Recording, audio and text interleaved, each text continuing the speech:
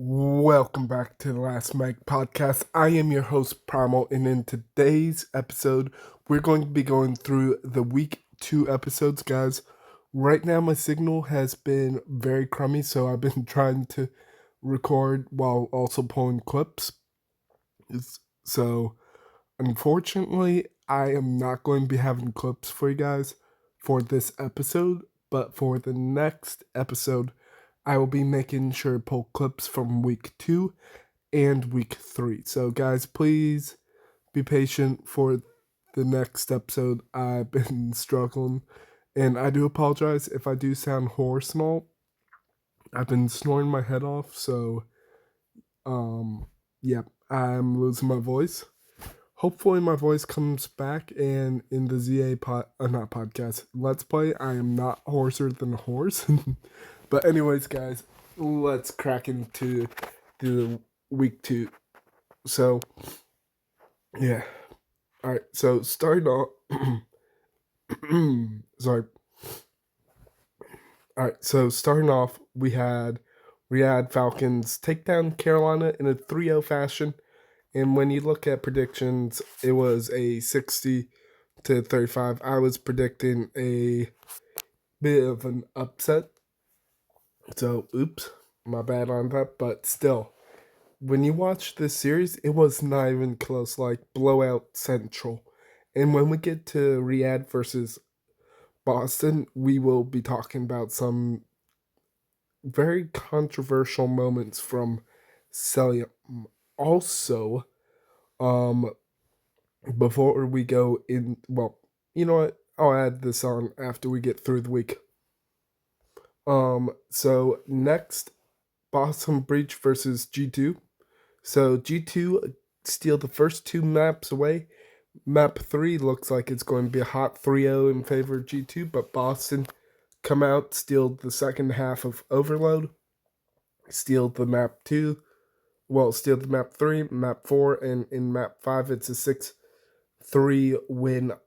I forget the map name, but I was shocked. Like, Breach upsetting G2, I was definitely surprised about that one for sure. So we go to a 8-3 record so far, and then we bounce back with a nice 6-point increase with Koi just coming out and slamming Surge. And unfortunately, guys, at the end of week 2, Legend is no longer on Vancouver Surge. He's been benched, and from what I've been hearing, TJ Halley is going to be coming in and replacing Legend. So it's going to be an interesting season, see if Surge can actually bounce back and start winning, because right now they're in an 0-3 deficit hole. So we'll see if that costs them or not. So next up, Saturday, Thieves versus Chalmates. This one was a blowout. Like, Ghosty was having a masterclass on map 1. Like, he was, I believe the scoreline was like a 37-13, and then Sib comes out in masterclasses. Hold on a sec, guys. So, the major highlight from map 2 was literally Xiaomate's, literally Sib in the first round. He aces Thieves, like straight up aces them, and I'm like, oh my gosh, Sib is pissed. Sib is frying. Like, you want to piss off Sib, you're going to get fried. And he drops 11 kills, I think, for the map win. So overall, really well done. And then map 3, Overload on Den. Thieves, they scored first point in Overload, and then it is just a full-blown masterclass blowout. Break the backs and spirits and make people rage quit literally from the lobby. Like, scrap when it's 7-1 in favor of jailmates, he puts down his controller and leaves his station in setup. Like he literally gets up and leaves.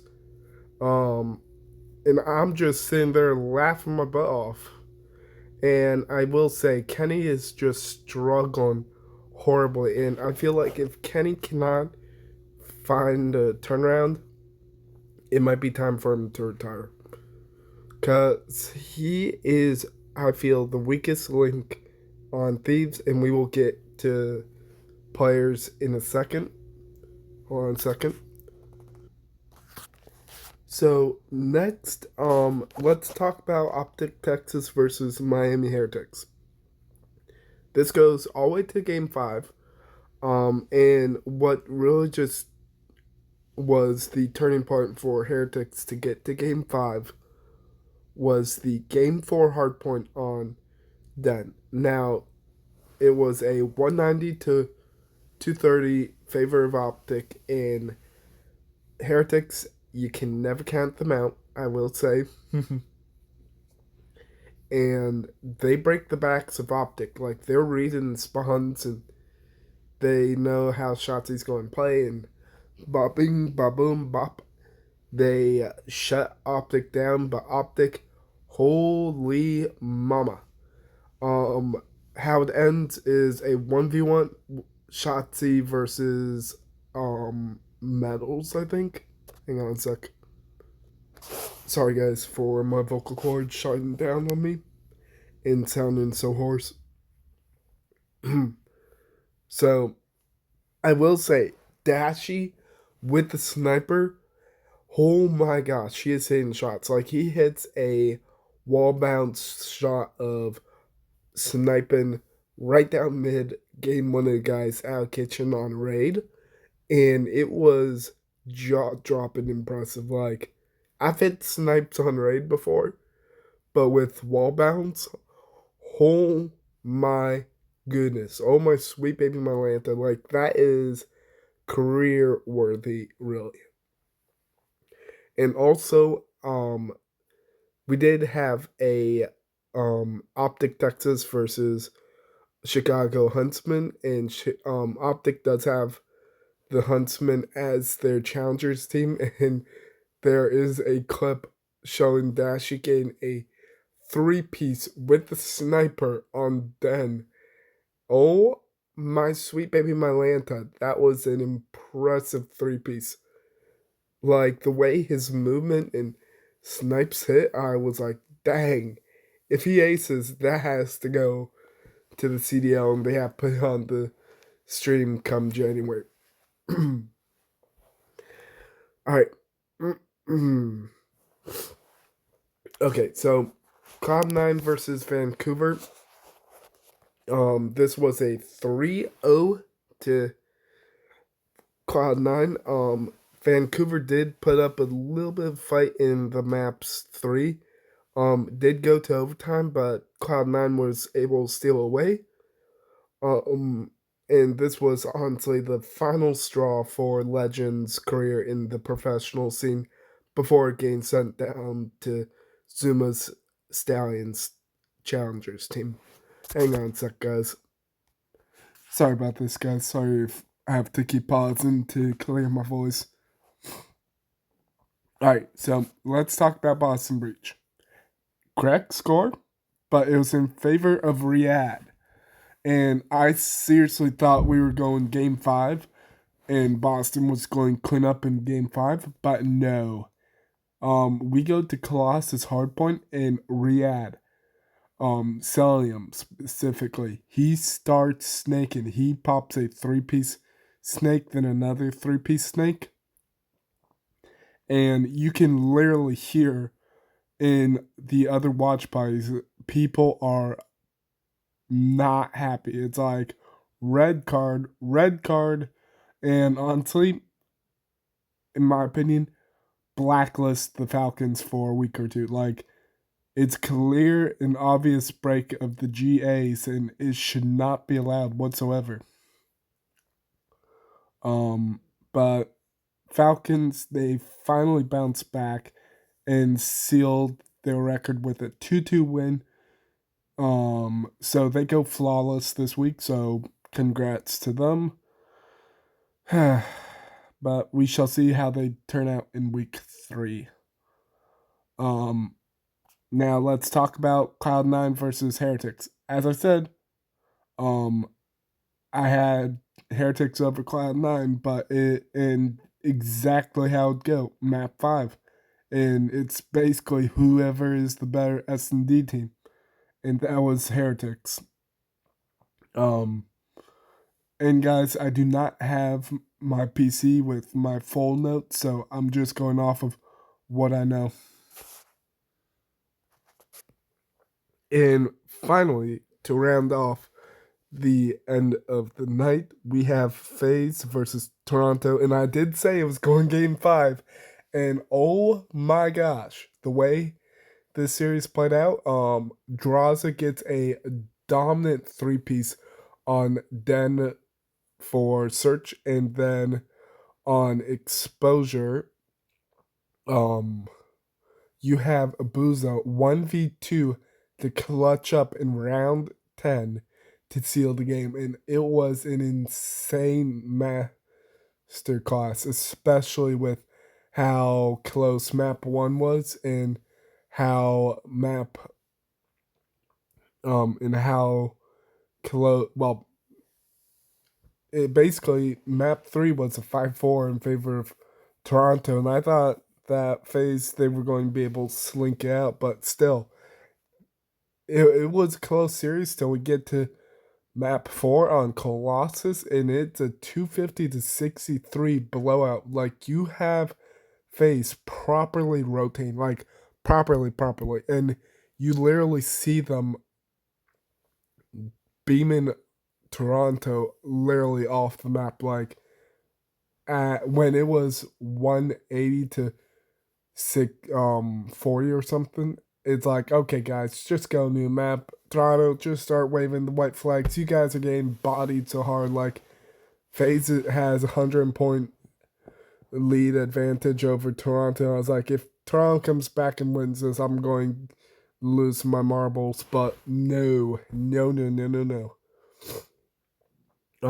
Absolutely incredible by FaZe to finally get their hard point win on for the first part of the season and for the first win against what I would say is the top 5 team, really. So, yep, definitely was a insane bang out. Now, let's talk about some quick challengers news. Now, Allukah, who was playing on Omit Brooklyn, took one Challengers Cup 2, and there has been a lot of talk about, okay, he needs to get up to professional league and stuff, and all the pros have been gassing him. And I did watch the Challengers Cup, and I will say that he was insane in there. Like, he drops almost two. I think it was like 100. He almost drops 150 over 4 maps. Like, 150 kills over 4 maps. That is godlike. That is insane. And the team he was going against, they were former professional players now in the challengers scene. Like, that is insane just to even think about. And the two serious teams I see him going to are LA Thieves or FaZe. Now, FaZe, I feel like are going to get hold of him, and from what I've been reading chatter wise and stuff, I feel like if FaZe does make a change, Draza's probably going to go out the door and they bring Allukah in. Or I could see Allukah being put on the bench just to help him out. Like, swap him in for anyone who's been struggling. But we just gotta wait and see what happens. Um, it's going to be an interesting season. Would definitely love to see Allukah in the FaZe jersey. And if that does happen, things are going to change in a positive way. And I see the change coming for champs. All right, guys. What else? So in the next podcast, I'm going to break down the teams and give you their stats and how I feel they're going to be better throughout the season. What their keys to victory will be. So, all right. I will catch y'all next one. Make sure you like, comment, subscribe, hit that notification button, and I'll catch y'all in the next one. Peace out.